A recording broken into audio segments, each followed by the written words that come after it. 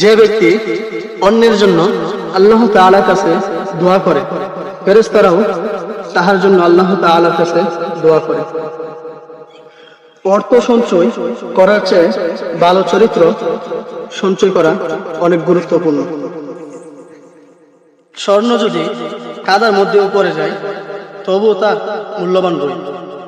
ধুলাবালি আকাশে পৌঁছলেও তা মূল্যবান নয়। ইয়া রব, আমি হয়তো চাইতে জানি না, কিন্তু তুমি তো আমার মনের কথাগুলো জানো। মেহেরবানি করে আমার না বলা কথাগুলো কবুল করে নাও। জীবন একটি সফর, যেখানে আল্লাহর কাছ থেকে আসতে হয় এবং একদিন তাহারই নিকট চলে যেতে হয়। তাই ন্যায়ের পথে চলি। আল্লাহ তো নিজেই বলেছেন, তুমি ধৈর্য ধারণ করো, তোমার অতীতের চেয়েও তোমার ভবিষ্যৎ সুন্দর হবে। সফল ব্যক্তিকে কখনো সফলতার গল্প শোনাতে আসবেন না, কারণ সে বারে বারে ধাক্কা খেতে খেতে সফলতা অর্জন করেছে।